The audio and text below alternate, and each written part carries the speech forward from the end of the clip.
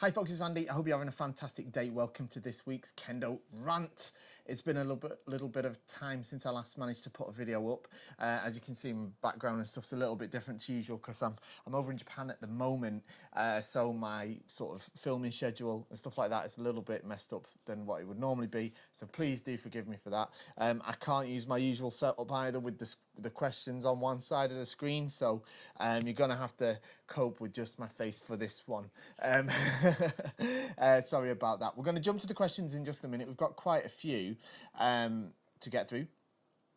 And but before we do, don't forget to like, share, subscribe. All the fantastic YouTube stuff help us grow the Kendo population. And most importantly, support the channel by shopping at KendoStar.com. KendoStar is the best Kendo equipment website in the history of the human race. Of course, I would say that because I own the place, but everybody agrees with us, all right? Don't buy twice, buy right, first time round, and shop at KendoStar.com. Right, let's jump to these questions. So, first one. Now, this is a question from a... This was a comment on the video, the last video that we did, and there's also a kind of follow-up comment to it. So I'm going to read both of these. Excuse me. The first comment, the question, sorry, says, "Hi Andy, thank you for your fantastic videos about Kendo." No, thank you for supporting us. In our dojo, we struggle with passing the Godan exam. Okay, Godan, the fifth dan, which we tried a couple of times. Is it possible to get a video about this topic? Do's and don'ts would be nice. I'm 52 years old now, and I always have a feeling I was better in my younger days. I saw examination videos on YouTube, and I imagine that the older participants get, the more difficult it is to pass. Thanks in advance. And then there was a comment underneath that I wanted to read out because I think it was relevant and interesting, an interesting point on the question. It says that is definitely the case. It has been the case with almost every grading that I've attended for 4th and 5th Dan exams. 1 or 2 years ago in Amsterdam, only 401 and 501 made the cut, with 12 to 15 people testing in each group. On most charts that I see with people passing their jitsugi part, people who pass pointing at the chart on their numbers, most of the time there are more people passing in the lower numbers without a doubt. I mean, I get it somehow. You watch a couple of national team guys duke it out as 401 and 404, razor sharp waza, etc., lots of sae and peak athletics, and then you witness the physical intensity dwindle away with every group that comes after that. I have good faith that the committee still knows how to judge all attendees properly, but let's say I can imagine this certain order makes things not exactly easier. Why don't they reverse the order? So I think this is a really interesting question. I think it's been around a lot. Is it harder to pass 4th Dan and 5th Dan and upwards as you get older?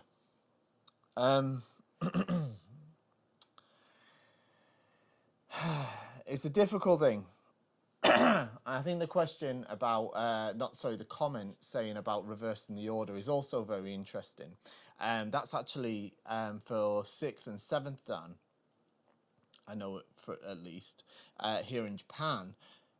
They've actually changed that. So now here in Japan for 6th and 7th Dan, the older candidates go first, and it goes through in order to the younger candidates, which I think is a good idea. Do I think it's, I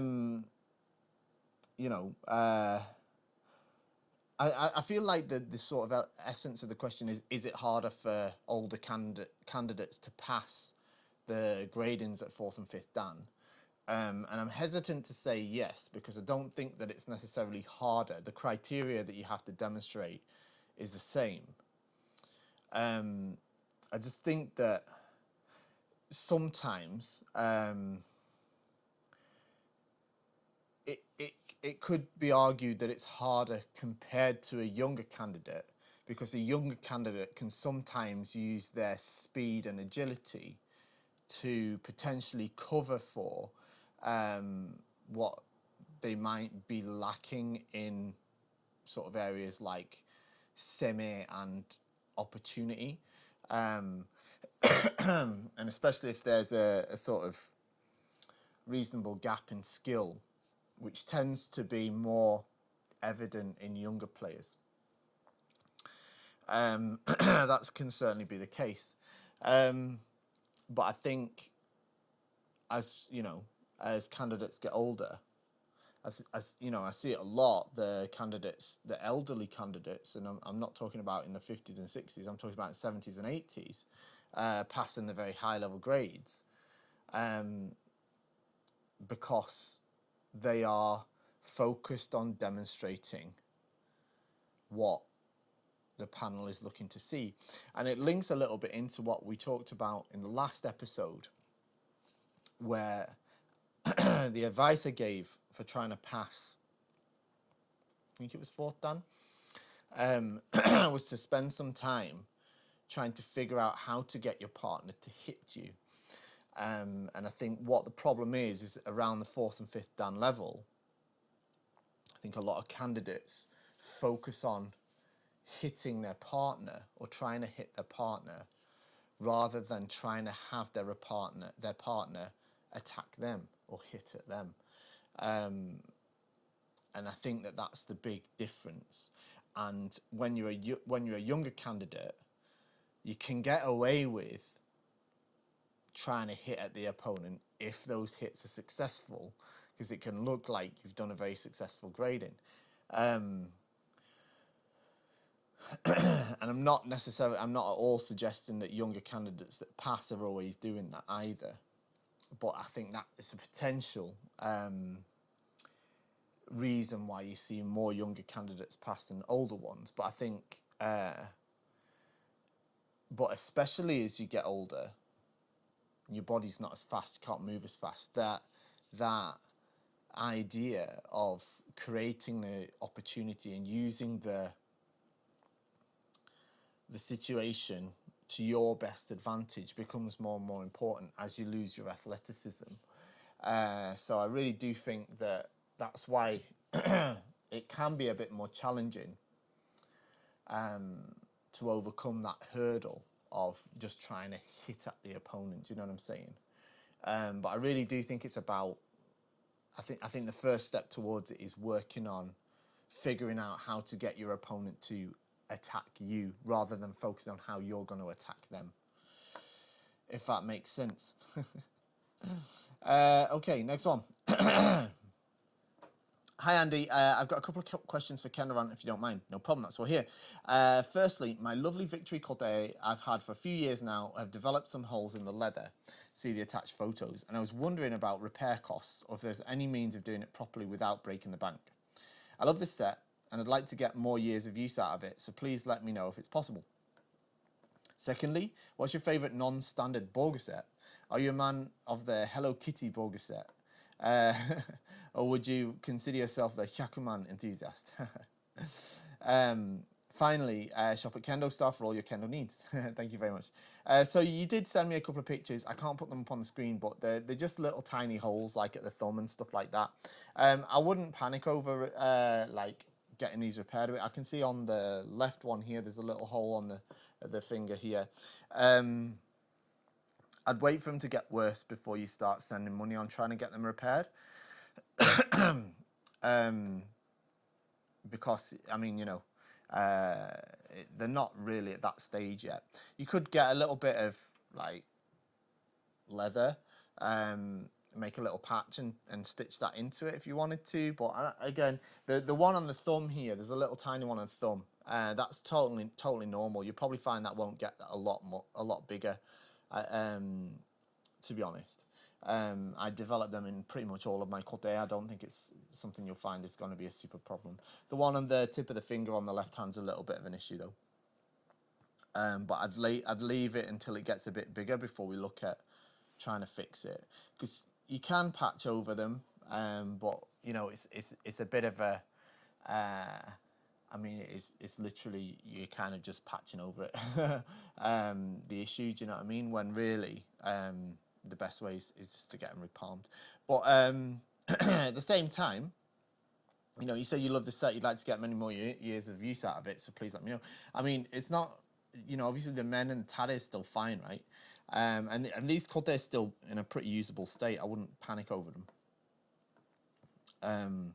But what you can do is, you know, if you practice more than once a week, I say this a lot actually, we get a lot of questions about it. If you practice more than once a week, you definitely should, and unless you practice on like, I don't know, like a Monday and a Thursday, and you've got a lot of, quite a few days between each practice. If you practice 2 or 3 times a week, definitely practice 3 times a week. It's worth having at least 2 sets of kote so you can just rotate them, and you'll definitely get a lot more life out of them. Do you know what I mean? Before they start developing holes and stuff like that. Next one. Greetings again, Andy Sensei. I admire your dedication and your insight. Thank you very much. I'm having trouble staying straight because of scoliosis and herniated disc. Anything you can suggest so I can have a better Kamai? Okay, so when you're talking about something like that, where I believe scoliosis, is when your like spine isn't like physically straight, like when you were born or when you was a kid or something like that. I'm not a doctor, of course, as you can probably tell. But what you're talking about here is a physical condition that can't easily be remedied. It's not like a case of I'll just get more flexible or just, get a massage or something and it's going to be right. This is something that you're talking about that's like, it's not exactly fixable. So in a case like that, you have to try to work with what you have, right? So if your spine isn't naturally straight, and when I say straight, it doesn't mean straight in this direction. It means straight in this direction. There's not a lot you can do about it. What you have to do instead is try to adapt so that so that you can carry out the principles of Kendo still in the situation that you've got. Now, I think that's perfectly possible, and I've seen people do that actually. But rather than try to force your body in a direction that it just naturally will not go, I think what you have to do is you have to work together with your teacher to still try to use proper ashitabaki, still try to make good datotsu that still demonstrate or have kentai no Icchi, regardless of the sort of physical situation that you might be facing. Rather than, like I say, trying to force your body into a way that's just unnatural. I think you might find that quite, painful. So next one, Fish Sensei, I'm gonna be cheeky and ask 3. No problem. What was your best cake? Oh, so I just realized I skipped the second question from earlier about the favorite non-standard borg set. Whether I prefer Hello Kitty or Hyakuman. I don't really have a non-standard borg set, just to go back to the question, that I'm particularly fond of. I like the standard borg sets. But if you want to talk about stuff that's slightly not standard, I like stuff like, I like Fancy Door. I like Same Door, and I like Coloured Door, and stuff like that. So yeah. I don't like stuff that's gone too far though, like you say, like the stuff with characters on, or like the Hyakuman thing was for a TV show, which I understand that, but I'd never consider wearing it myself, of course. I have the most like silly thing like that. I have a bright green door. It's like lime green, like Kawasaki green, that I painted myself. And I did it for kind of to see what it'd be like to try and paint my own door, but I kind of hardly ever wear it because I find it a bit embarrassing.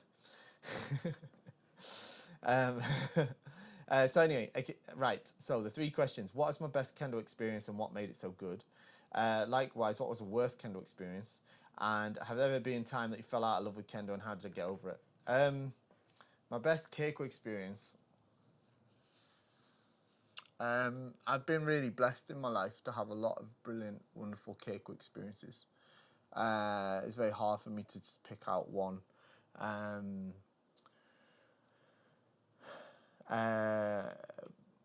But I think, and I keep having new ones all the time. From recent memory, from recent memory, recent times, is the Yuki and Mari seminar we did in Manchester, where we brought Yuki Ogata Sensei and Mari Suinaga Sensei to Manchester, and we had this fantastic, wonderful seminar, and that was just a brilliant weekend of just. And you know, obviously I was translating there, so I got the, you know, I was very close to the action, as it were, in terms of the teaching that was given. So I just found the quality of the teaching just so enjoyable and really insightful. So in sort of recent memory, that will be it. But then, you know, I've also, if we're talking longer term, a story I often talk about is a keiko that I had with a sensei of mine when I was at a dojo living in Kyoto. He was much older than me. He used to, he was a taxi driver. He used to go and do keiko at the Pitokuden, and then he'd come to the dojo, and then he'd do the second keiko, standing as motodachi for us at the dojo. And I used to go to practice with him every week, and I used to just try to hit him as much as I could, because I was like, I don't know, 20, in my late 20s. And I could do that because I was younger and faster and stupider. I used to do that like 2 or 3 times a week, and then one day I went to practice with him, and he just hit this really brilliant debana men on me that just like really kind of flicked a switch in my head, made me realize that I'd sort of been wasting my keiko with him all that time, where I'd just been trying to be faster than him, which I already knew I was. And from that point on, I just tried to hit the debana men on him, and I couldn't do it for months and months. It took me like 3 months, and I finally hit one, and then he sort of was like, yes, that's it, sort of thing. So that was a really good experience. Worst kendo experience, I've had a lot of bad ones too. One that I can talk about on the channel. I don't really know, because you know, a lot of the keiko experience I've had that have been sort of bad in terms of like they were difficult for me, or you know, like emotionally difficult, that sort of thing. They added to my, you know, pursuit of kendo in the long run. You know, when I was younger, I came and practiced at high school here in Japan. That was tough, like hell. Every time I went there, it was like really difficult for me, because I'd go there and like I'd dread the journey there, like get the train and then the bus, and I remember like I'd get to the train station, I had to get off, and I'd be like, oh, okay, right, I'm nearly there, and like that dread, I had this sort of creeping dread, like even just, and then the bus would come out, okay, no, it's here now, so now I've got to get on the bus, and then I'm going to be there soon. And then I get on the bus, and the bus drive was all, you know, like me, it was like kind of gloomy, because I was like dreading to get there. And I'd get there and I'd be a bit early, so go and just sit in the toilet, and sit like just in the toilet, just kind of like dreading. And then have this practice that's like 3 or 4 hours or whatever. And it was like it was pretty hard. It was pretty hard, but it wasn't like the hardest I've ever done since then. But I didn't know any better then. But a lot of the time, like the sensei was like really kind to me, and like watched out for me. And there was a few times it was kind of funny. Like a few times he's like came and said, "Oh, you know, you can sit down now." And like because I was just totally tired, and it was like I didn't really know what I was doing. I was like, "Oh yeah, thank you," sort of thing.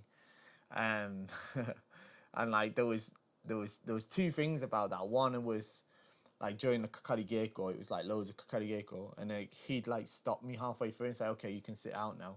And I would be like, oh, thank you. Or there was another times he would do that when they were doing like kind of audio as a practice. And that was just because I couldn't keep up, and I just spoiled practice for the rest of them.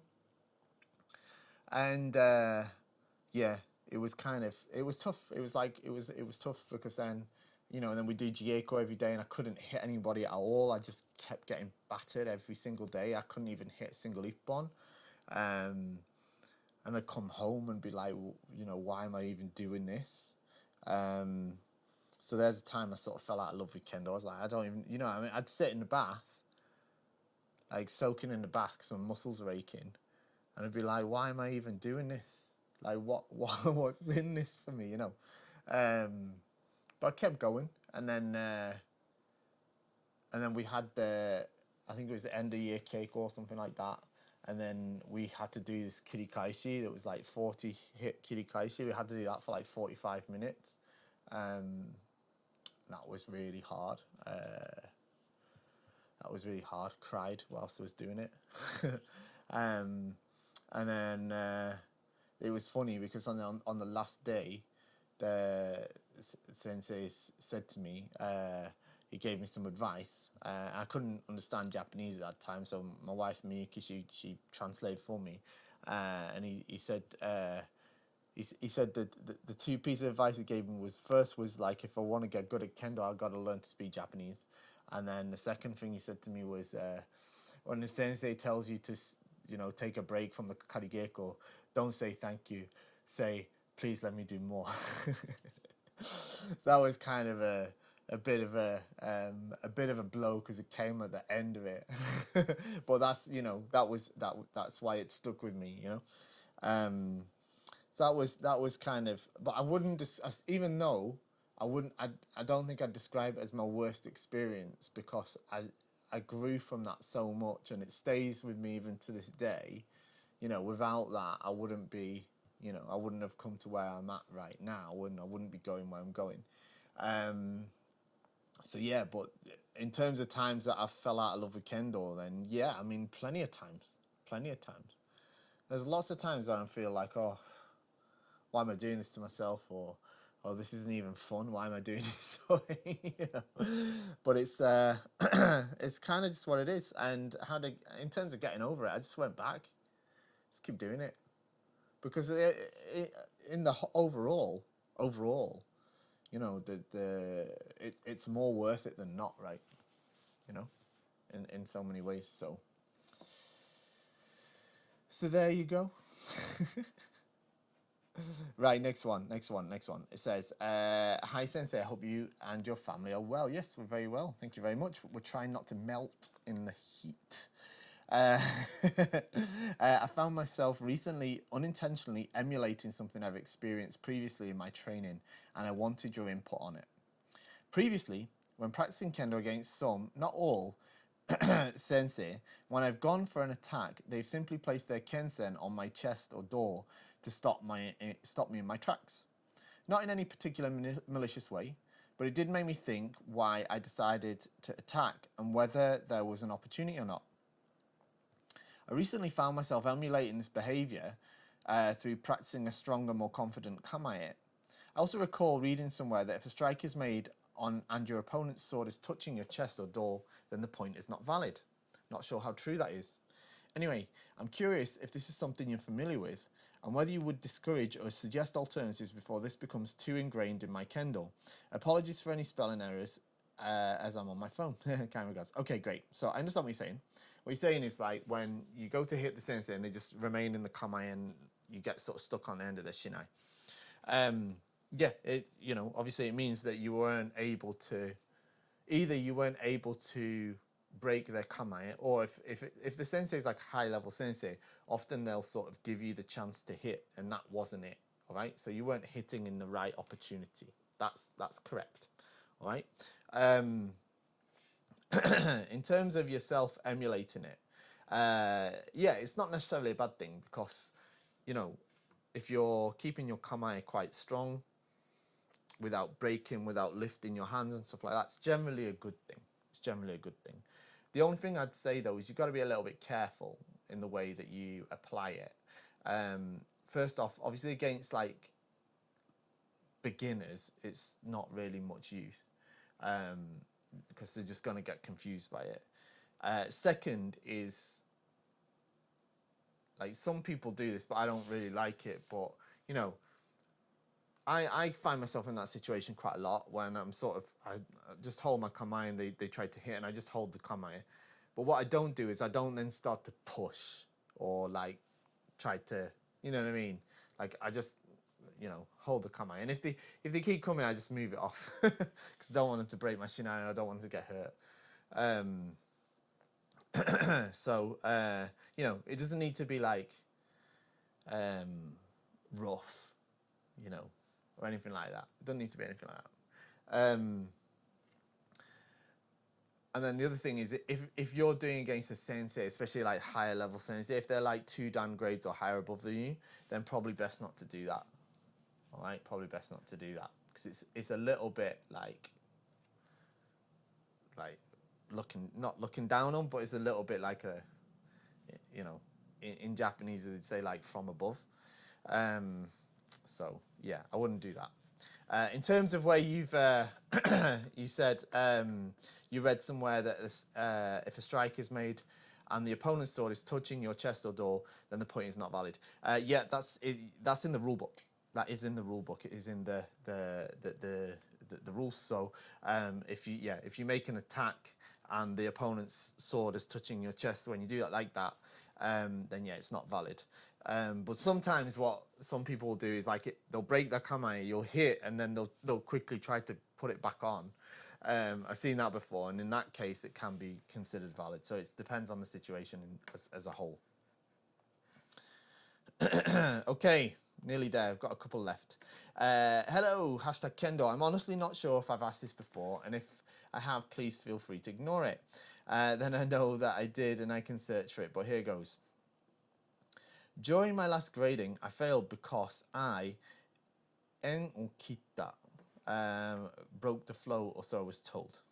After looking at the recording, I could see that after successfully striking my partner, I went through, turned around, and stopped.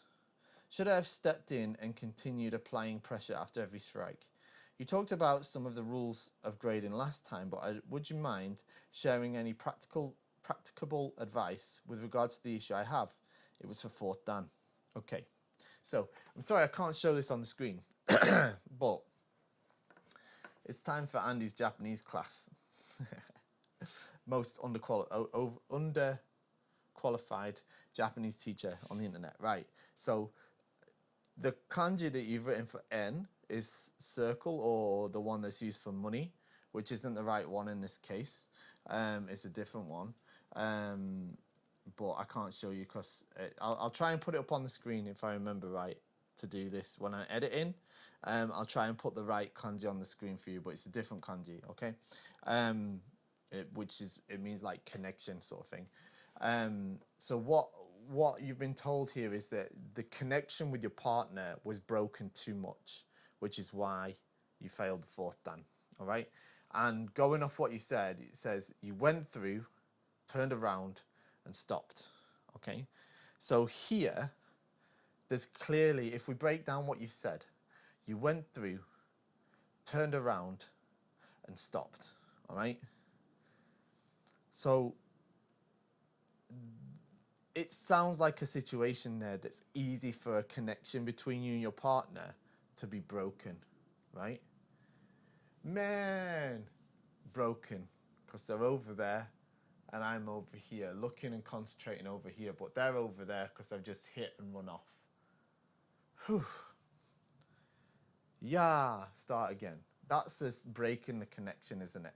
Right? And in the flow, in the kind of harmony between you and the other side, right? And it's a tough concept, right? But yeah, you hit. Best is to try to keep your eyes on them. Man, right? Might not be possible. Maybe you did kaishu, pam, this way. Then, yeah, you're going to break eye contact for a moment, yeah? Pam, pam, this way, all right? So the point is, yeah, let's say you pass, man, you pass them quickly. Don't pass too far, even if you do, right? Man. And then your connection and your concentration and your focus needs to remain on them throughout the entire, what is it for fourth dan? Probably like a minute or a minute and a half, all right? Depends on where you're doing it, I suppose. Yeah? It's not easy, but yes, what you don't want is for each like attack to be separate. It should be one long flowing sequence, a bit like, you know,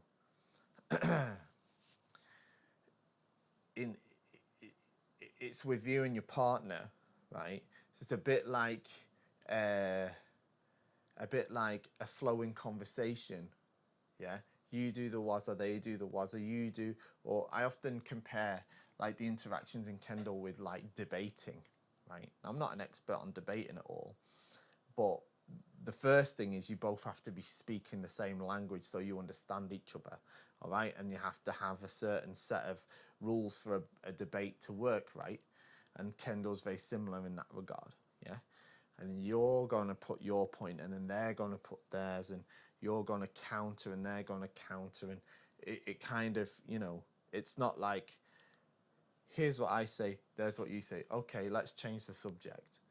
You know, it's not really like that, right? It's supposed to be flowing and ongoing. Do you know what I mean? But it's not easy. It's easy to say, difficult to do, but that's what they've meant there when they said that you've broken the flow or the N. Okay? All right, last one. Dear Sensei, I've recently injured my right calf and I'm in recovery. Probably best not to do Fumikomi for another week or so. Which got me thinking, A, can a small strike with Suriashi without Fumikomi be valid? Might be something I need to learn in about 20 years' time, so curious of this. B, is it okay to shop at KendoStar when your injury prevents you from training? Does it have any therapeutic effects? So B is definitely yes. In all seriousness, for your answer to A, can a small strike with Suriashi without Fumikomi be valid? Yes. Is it a good habit to get into? Probably not. Probably not. All right.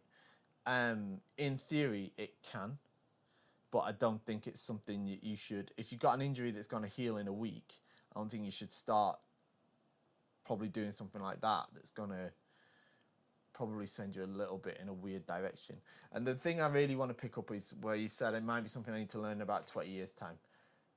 I don't think so, to be honest. There's plenty of senseis that are like 70, 80, 90, 100, and they still have some sort of aspect of Fumikomi. It's not bam like this, right? But the mechanics are sort of similar, you know what I mean? But obviously adjusted a bit based on their physical attributes. But you know, of course, you can do with Suriashi. The criteria is Kentai no Icchi, not Fumikomi. But, like I said, you don't want to take things in a weird direction, especially over an injury that's going to recover in a week or so. Okay? And there we go.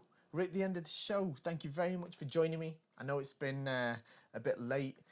I know that I've had to talk a little bit quiet as well because I'm in like the house, not my usual office. I've been at Kendo today as well. It's been a long day, pretty tired, so you might have noticed my energy levels are probably a little bit different to what they normally are.